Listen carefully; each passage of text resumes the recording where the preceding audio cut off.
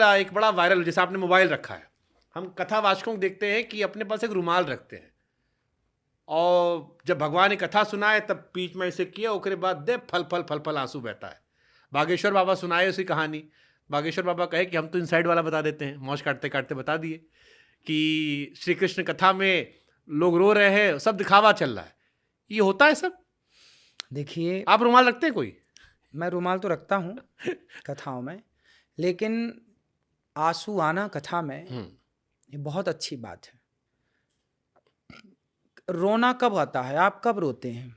जब भावुक होते हैं। बिल्कुल, जब आप भगवान से कनेक्ट हो जाते हैं, हाँ। जब आप एक उस गहरी स्थिति में पहुंच जाते हैं ना, तब फिर आंखों में आंसू आते नहीं, हैं। लेकिन दबा के विक्स लगा लो तब भी निकल आते हैं।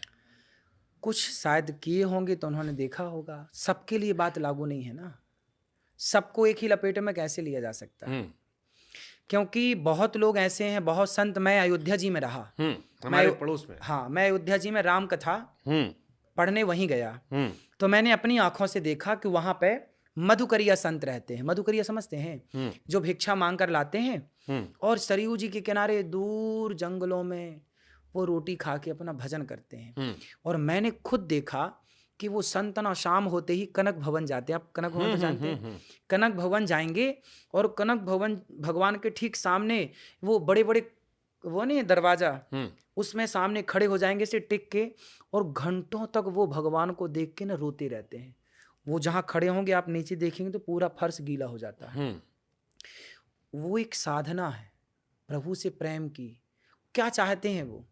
रोटियां मांग के ले आते हैं, खा के अपना भजन करते हैं और भगवान की याद में रोते हैं कि प्रभु कब दर्शन दोगे। क्या यूं ही जीवन गुजर जाएगा हमारा आपके बिना? तो ये तो हो गई भक्ति वाली बात, ये तो भाव है। और वो आपके जो मित्र जी ने बताई कहानी, अब उन्होंने किस आधार पे बताई वो तो वो जाने, लेकिन मैं जो जानता हूं, मैं तो ये जानता हूं कि संत जब रोते हैं ना, तो संतों कहे कि आंसू करोड़ों का होता है। तो बात सही, जो असली संत होते हैं उनका, मतलब उसकी कीमत ना नहीं है। अब चलो इसे सवाल पूछता, असली संत कौन, कैसे पहचाने? आजकल तो हर आदमी कहता है हमसे बेहतर कोई है ये नहीं।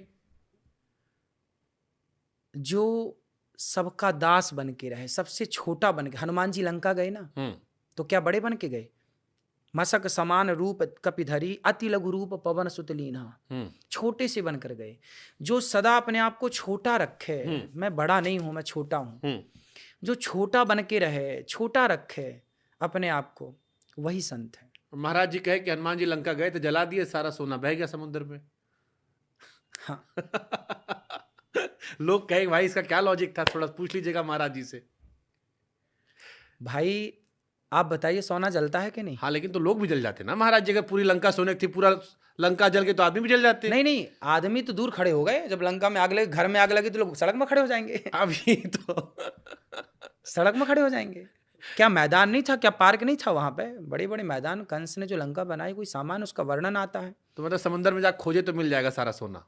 नहीं, मिल जाएगा, वो बात नहीं है, पर सोना अधिक ताप में पिघल जाता है। ये तो बात सही है, हाँ, है ना? अब जब लिखा है कि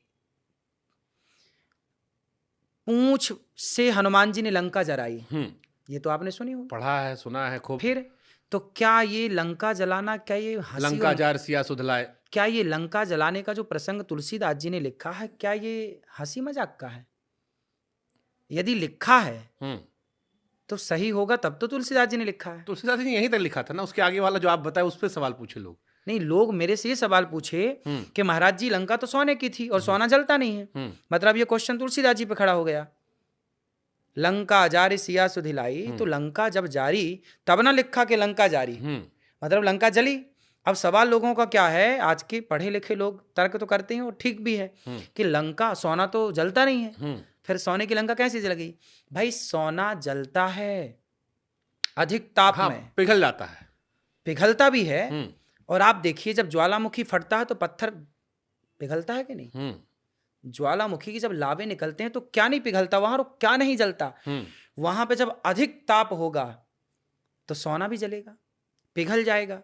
तो वहां तुलसीदास जी ने जो लिखा है कि लंका जार सिया सुधिलाई, तो जब लिखा है तो जला होगा, इसलिए तो लिखा है।